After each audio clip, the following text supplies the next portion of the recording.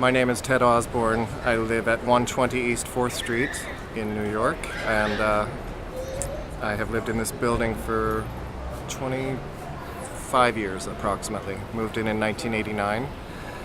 It was a quiet, happy, neighborly building. A lot of long-term tenants were living there and continued to live there throughout the 90s and the early part of this last decade, I guess. In about 2011, I guess, we realized that the building had been sold. We got short notice that the building had been sold, and nobody really thought much about it. It had been sold several times during our tenure, but this was something new and different. It was sold to a landlord named Ben Shaul, who, as it turned out, was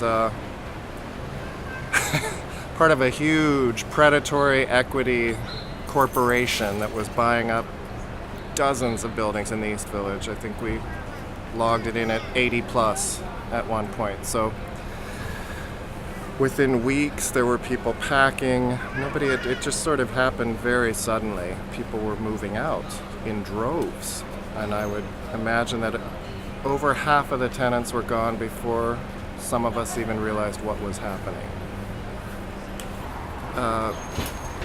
For me, I guess I realized we were in some serious trouble when, on a daily basis, an army of construction workers arrived at approximately 7:30 to 7:45 every morning.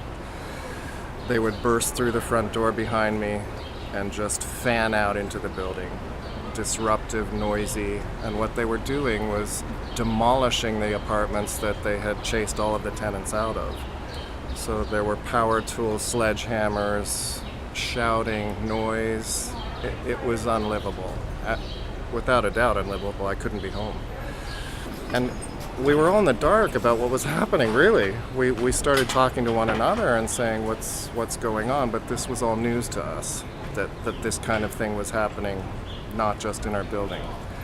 Their goal, as we later discovered, and I was really naive about this, They were purposely trying to get rid of all of the rent-stabilized tenants, voluntarily or involuntarily. I mean, they were harassing us until we couldn't stand it another minute, another day.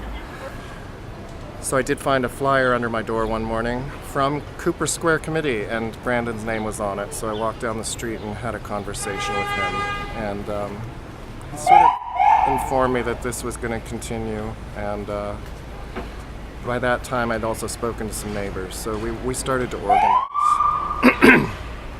So we sort of formed a group and started communicating a lot, and we started a tenants association. It was the first one our building had. So the timeline's now stretched on for approximately a year. We're all exhausted. This is a daily siege we're undergoing, and we're, of course, bonding, as people in battle generally do.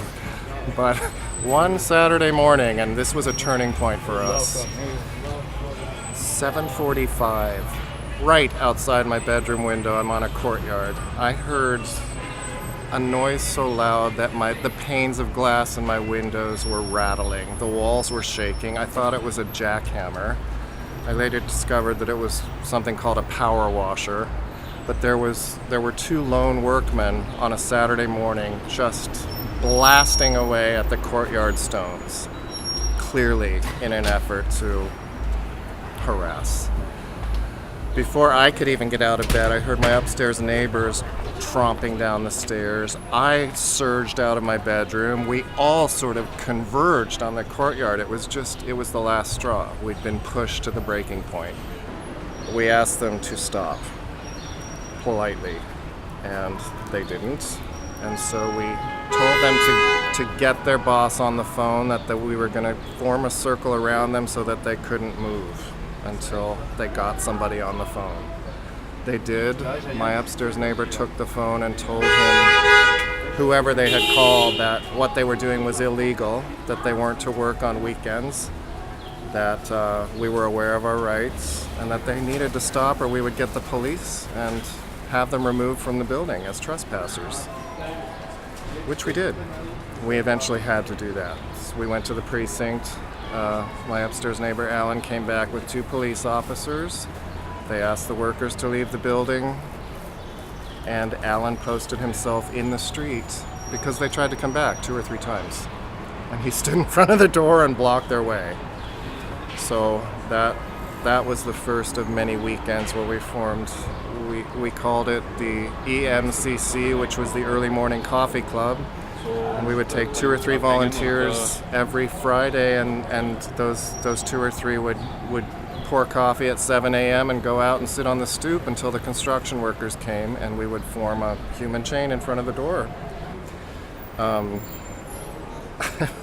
I've spent my life really keeping a low profile, so activism was not anything I was drawn to, honestly. I mean, it was sort of lived by example. That was my form of activism, but I never expected to get political about this. But these people that invaded our homes are despicable, basically. There was nothing they wouldn't do to get a hold of another unit.